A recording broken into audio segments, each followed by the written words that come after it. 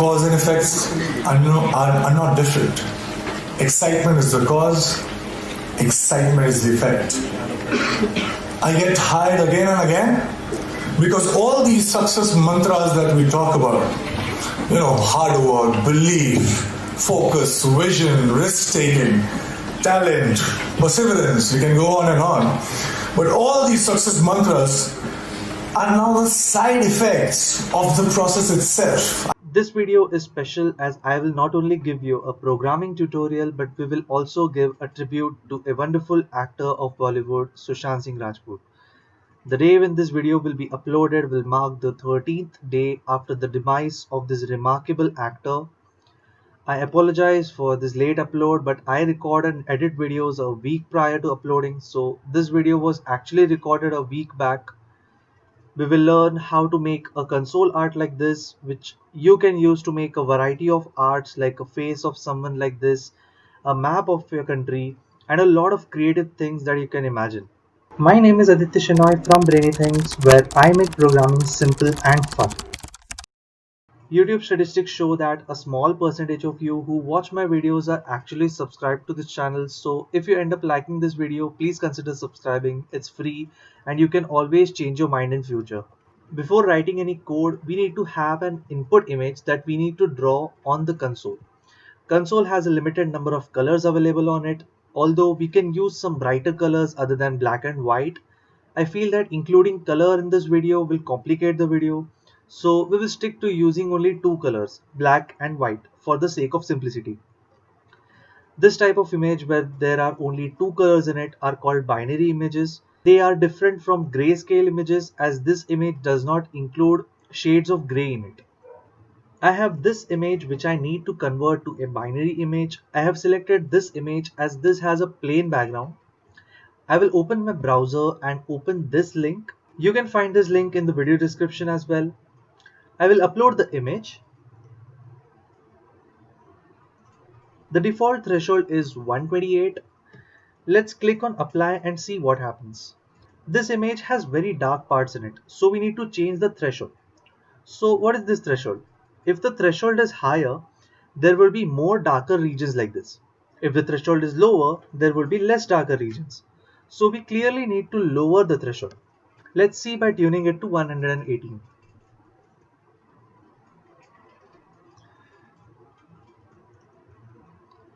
It's still dark. Let's see 112.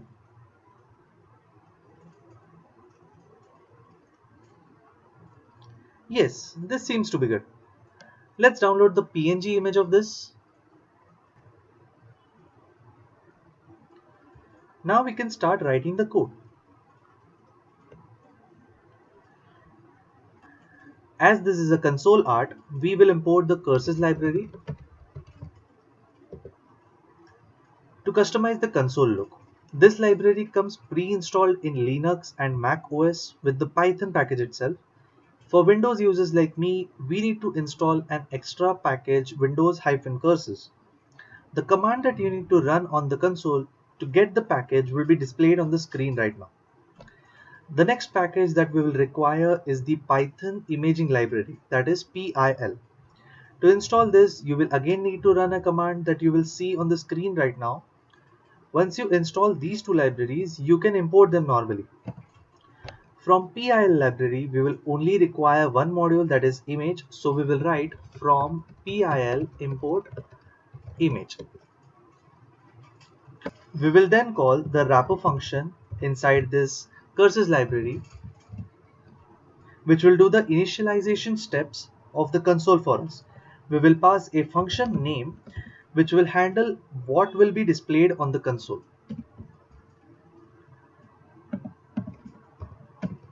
Next, we will define the function that we have passed in the wrapper function, that is main. It will take one parameter of screen object.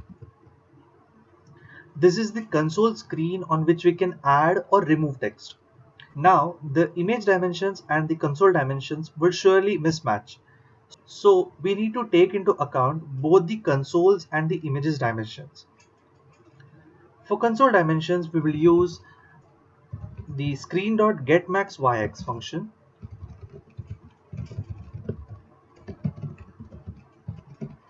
like this. This function returns the height and the width of the console screen. Now for getting the image dimensions, we need to open the input image first. So for that, we will use the open function of the image module, image.open. Inside this function, we need to pass the path of the image. So this is our image. So I will copy its path and paste it over here inside a string. By default, Windows uses a backslash character to separate folder separations like this, but backslash characters in Python strings are used to escape the character next to the backslash character, such as new line, tab, etc. So I will escape the backslash character with another backslash character like this.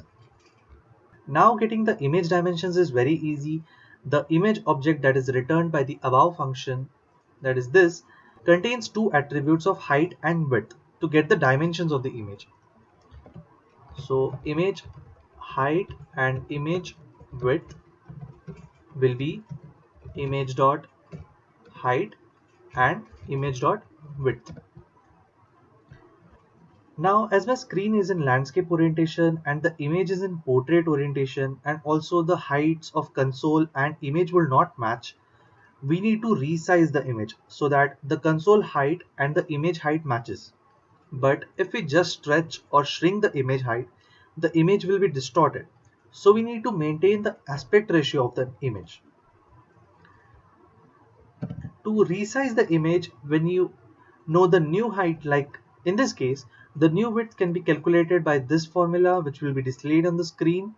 And to resize the image, when you know the new width, the new height can be calculated by this formula, which again will be displayed on the screen. These two formulas will maintain the aspect ratio even after resizing.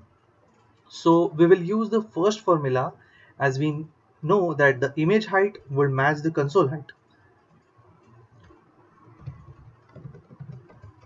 Image is image.resize. We will store the resized image inside the image variable only. This resize function takes a tuple of two values, that is the new width and new height. The new height will be console height as discussed. The new width of the image can be calculated by the first formula that was displayed. So it will be console height into image width divided by image height. I'm using a integer division here because these values should be integer values and not floating values, because these are dimensions of the image. Now, as this image consists of two colors, black and white, to display the black color, we need to have a background color of black, and we can set any color to the foreground, as we will be printing a space character, so the foreground color will not matter. Similarly, to print a white color, we need to have a white background color and any foreground color, and we will again print a space character. So each character of the console will act as a pixel of our image, which will be colored by space characters. To initialize these two colors, that is foreground and background colors, we will use a function of the curses library, that is curses.initPair. This function takes three parameters. First parameter is an integer that will identify the color pair. This integer should be 1 or more. Passing a 0 will lead to error, as 0 value is a reserved value. So I will pass a value of 1. The second parameter is the foreground color. For colors, you can use the constants that are predefined in the curses by typing curses.color, and you can see the available options with us. As discussed earlier, we will stick to black and white only for the sake of simplicity. I will use color white as foreground and color curses dot color black, and I will duplicate this line for initializing the second color, which will be color black and color white. So we will set 1 to be white on black and 2 to be black on white. Now to access the pixel values of the image, we need to load the pixel values into a variable. So we will do that by using pixels is equal to image dot load. So this will return an object that you can use to access pixel values, a single pixel values of the entire image. Now we have to traverse through all pixels in a row wise and then column wise fashion. So for row wise traversal, that is traversal along the height of the image, we will run a for loop from default value of 0 to image height. I will use image dot height because these values are old values and we have resized this image, so I will get the new value of the new height of this image by using image dot height. This for loop will run up to height minus 1 only because range function does not include the value that we pass inside this. So inside this we will run another for loop for x in range image dot width. This is similar to the case above. Now we need to enable one of the two color pairs that we have initialized based on the pixel value. For black pixels we will enable the color pair 1 and for white pixels we will enable the color pair 2. We will use a function to enable or turn on the color attribute by using screen dot attribute on, and to specify which attribute we need to turn on, we will pass that we need to enable the color pair attribute. Which color pair attribute? We have two options for it now, that is 1 and 2 that we have initialized earlier. So to select one of these we need to extract the pixel values. So we will use pixels, a square bracket, and x comma y.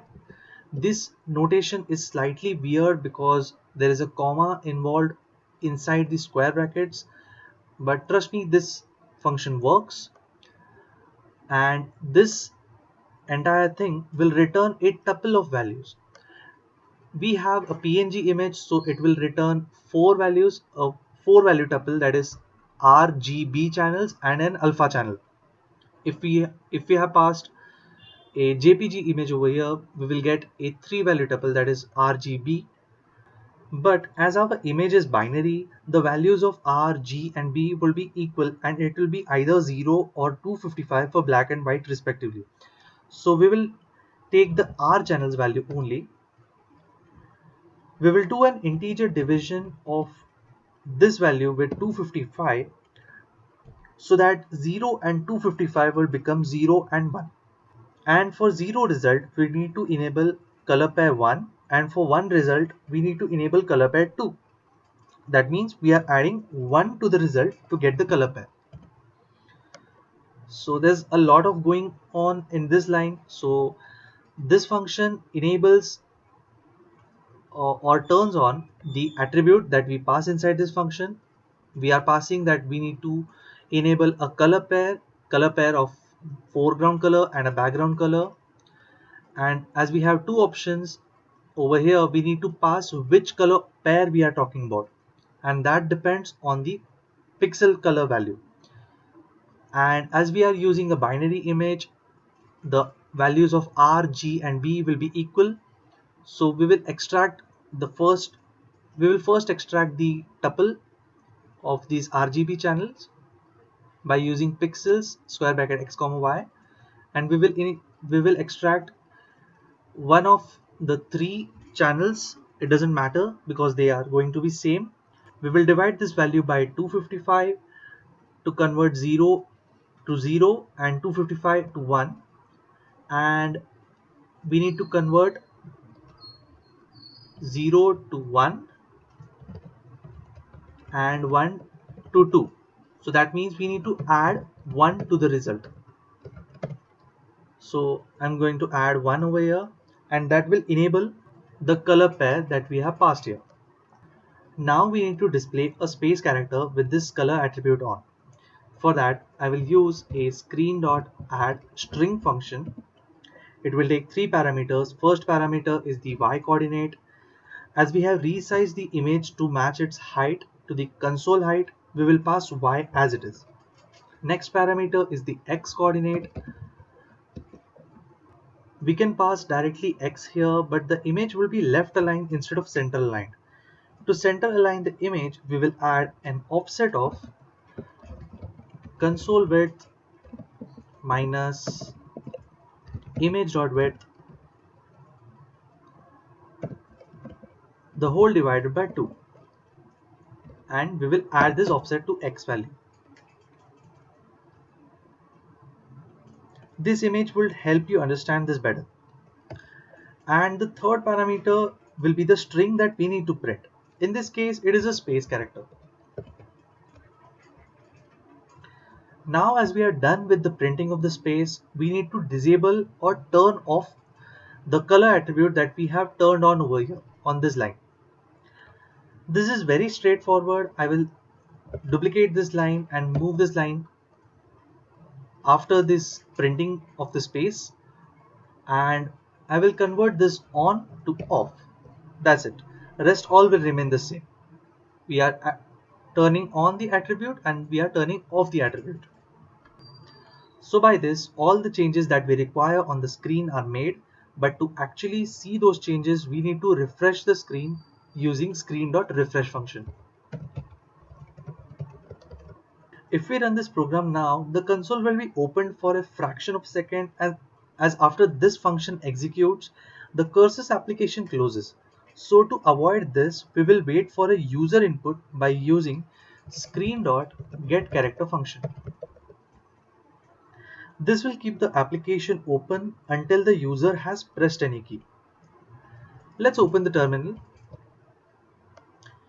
Before running the program, we need to change the font size of this terminal because currently the height of the console in terms of characters is very less. Like this will be the height that will display the image, and each character over here will be representing a pixel, a single pixel. So that means there will be a very low resolution image if we just run the program now. So to increase the console area, we will go to properties and change the font size over here. Currently the layout says that the height is 20 pixels. If we run the program now, it will be just 20 pixels high, and that is a very low resolution image. But if we change this, if we reduce this font size to the minimum value that we can do over here, that is 5, this console will become shrinked, but we can maximize this again. Even though you cannot read the text, but we can still run the program. And now if we see the properties and go to layout tab, we see that the height has increased to 166. Even though this 166 pixel height is low too, but it is still a very great improvement from the 20 pixels height that we were working with previously. So it will be hard to see the text, but I'm running this program, and as you can see, the image is correctly being displayed on the console. Some regions of the image like his ear are not clear, but this is the best we can do as we consider the console art as a low resolution image, so every detail of the image cannot be captured. Thank you, Sushant, for entertaining us with your wonderful movies. We will always remember you as an amazing actor. I hope that through this video you have learned some useful functions of the courses library and the PIL library. If you ended up liking this video, please press the like button, comment any feedbacks that you have for this video or this channel, share this video with your friends. The code that I write in all my videos of this channel is available in my GitHub profile, whose link is in the description. You can connect to me via LinkedIn whose link is again in the description. If you want to see a line-by-line simple explanation of data structures and algorithms, check out the playlist over here. If you want to develop a hands-on game development project, then check out the playlist over here. If you want to develop an automation project using Python, check out the video over here. And I will see you in the next video.